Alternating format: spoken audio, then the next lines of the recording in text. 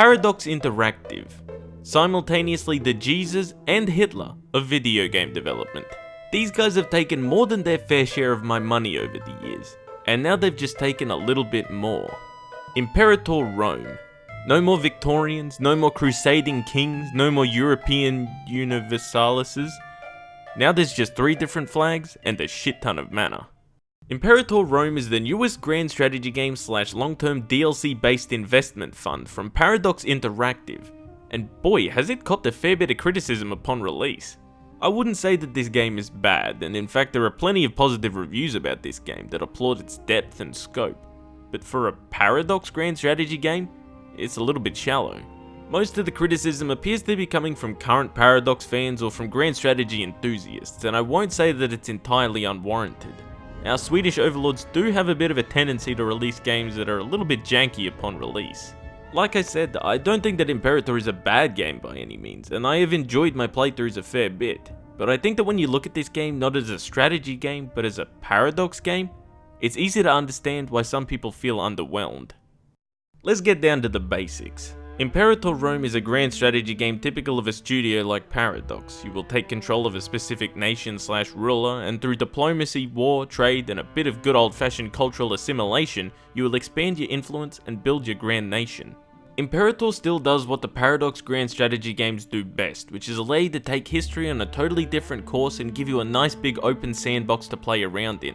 You can be boring and play as Rome, or you can play all over the known world and set out to do whatever the hell you please. And yes, while there may be a score counter, topping the score chart isn't by any means the necessary goal in this game. You can go into it with any goal in mind, whether it be to conquer the world or do something completely different.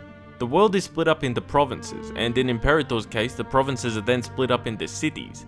There are a shitload of cities spread out across the map in this game, which I personally think is a good thing. Each city is then made up of citizens, freemen, tribesmen and slaves, more commonly referred to pops as a whole, who will affect the city's output of tax, science, manpower and unrest. Each pop will also have its own culture and religion, which will affect their happiness due to a number of circumstances. The primary culture or religion of the nation they are a part of, or how much aggressive expansion said nation has racked up. A lot of how you fare will rely on the relations you have with other nations, and you can invest in improving relations with others in order to form alliances or defensive pacts, or you can fabricate claims in order to justify wars and paint more of the map your colour. The game has lots of mechanics that transfer pretty well over from games like Europa Universalis 4, such as the ability to form new nations via decisions and the siege mechanics. The combat in general is very similar to EU4, though the unit composition is very much like Crusader Kings 2. Pops can be killed and slave pops can be stolen when a city is occupied, which makes raiding and occupying more fruitful and having your lands occupied more punishing, which in my opinion really did add an extra edge to warfare. Imperator also takes EU4's often questionable fort mechanics one step further, with fort zones of control now extending into enemy territory. If you're well versed in EU4, then switching over to Imperator is not going to be much of a problem, you'll pick it up very fast. For newcomers to the genre, it's certainly friendlier than Crusader Kings 2 or, God forbid, Victoria 2, but there's still a fair bit of knowledge to soak up. It looks more frightening than it actually is, which is where the game starts to feel a bit shallow for someone who has played Paradox games before. The game lacks a lot of flavour and some mechanics as well, particularly when you compare it to EU4. There are no interesting political entities like the Papacy, Mandate of Heaven or HRE, and nowhere near the number of historical events or really just events in general. You're not able to move your capital, omens and religions are all just reskins with different deity names, there aren't any distinguishable cultural bonuses for unit types or nation modifiers, there's no ledger to view, there's just a lot of stuff missing and a lot of stuff that's bare bones, which really questions the depth of the game. A lot of mechanics like fabricating claims or calling omens or improving relations or moving pops is just down to sinking mana into them and having it happen instantly. Not exactly the peak of deep grand strategy now, is it? When I played in Greece, the Olympics event fired every 4 years. That was about all of the flavour I got from playing in Greece. When I played in Gaul, I didn't get anything like that, just the generic tribal stuff. Peacetime can feel very dull because of it, and you'll just be counting down the months until your next truce runs out. When I say that the game has CK2-like characters and families, I say that to an extent. While you will technically play as the ruler of a nation, the primary focus is that you're playing as the nation. and the ruler simply happens to be whoever is in charge. There's nowhere near the amount of character events that you'd get in CK2, and all the different rulers really did for me was alter the amount of mana I get each month. If that's all I wanted, I'd play EU4. There's no real intrigue or character development. Nobody is a standout, and character relations apart from loyalty and their individual traits don't really seem to mean a hell of a lot.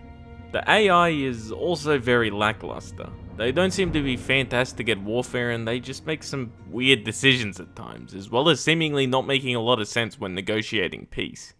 It's not all bad though. In fact, there are certain mechanics and gameplay elements of Imperator that I really enjoy. The first of which is how generals work, and how cohorts can become loyal to a certain character. You'll need to manage your generals wisely and make sure they don't get too powerful or disloyal, lest they start a civil war or go off and pursue their own agendas. Another mechanic that I really liked was the governor system, where each region will need a specific governor to oversee it.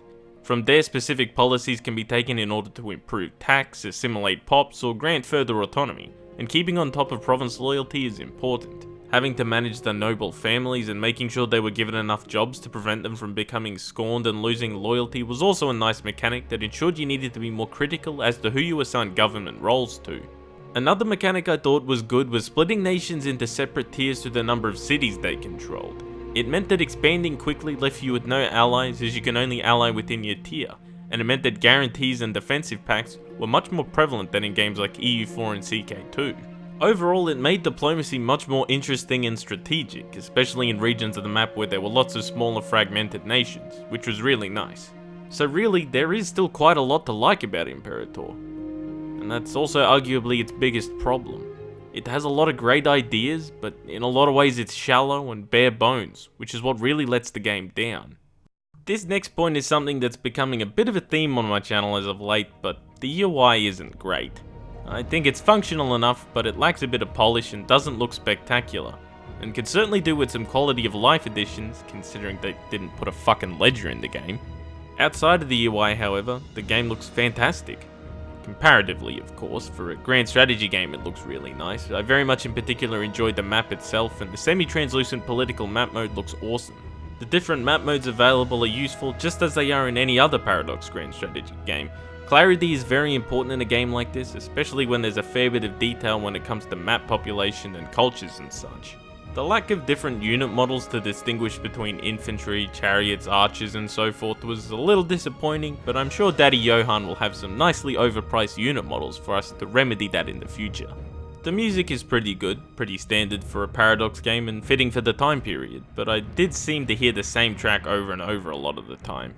Optimization, however, seems to be a big issue for this game. Reloading save games causes the game to drop frames and freeze up every now and again when time goes forward, which is not only unsightly, but it left me with quite a lot of footage that I can't use. Taking certain actions, such as declaring war in particular, made the game freeze up for a moment, and the game seems to also have a very long load time on startup. A lot of Paradox games are like this, and I suppose Imperator is on a bit of a grander scale. Ultimately, at face value, it looks like there's a lot to Imperator, but after you get into it you realise it's pretty shallow. Certainly by Paradox grand strategy standards. The game lacks flavour. It desperately needs more variance between different cultures and religions when it comes to unit types and other nation bonuses. It lacks any real depth in terms of historical events, and when you compare it to the other Paradox games that influence it, it's bare bones.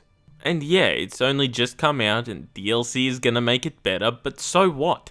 We're being charged full price for a game that, if so desperately requiring more expansions and content, isn't all that flash. Do I think Imperator is bad? No. Do I think it's a particularly great Paradox game? No. There will almost certainly be a point, once more expansions come out, that it will be a very solid Paradox grand strategy game, but the problem is that I've already paid full price for the lacking base game, and Daddy Johan is going to empty the rest of my Steam wallet to make me fix it. All that being said, I do still quite enjoy the game and don't personally have any regrets buying it on launch. I'm a pretty huge fan of EU4, so I dived into this game pretty comfortably, and I would recommend it if you do enjoy EU4. While some aspects of the game are bare bones, it does have many mechanics that I like. Mechanics that separate it from simply being EU4 with an antiquity skin over the top of it. Like other Paradox grand strategy games, it gives you heaps of freedom to achieve whatever the hell you want to achieve, and it's a game that can leave you with an entertaining story of how your campaign unfolded.